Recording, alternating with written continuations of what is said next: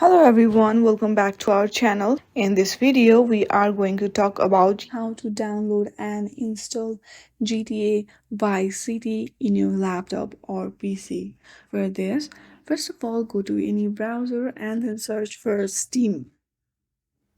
Then click on the first link of Steam, and then on the search bar, you search for GTA Vice City. Then click enter. Then you will have a lot of options. For now I'm choosing this one. Now enter your birth date.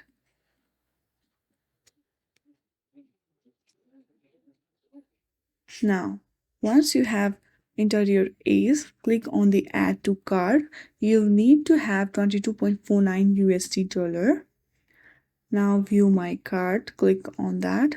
Since I have a lot of things in my cart, now click on sign into purchase and you will be added to the payment process. In this way, you can buy and download and install GTA Vice City in your laptop.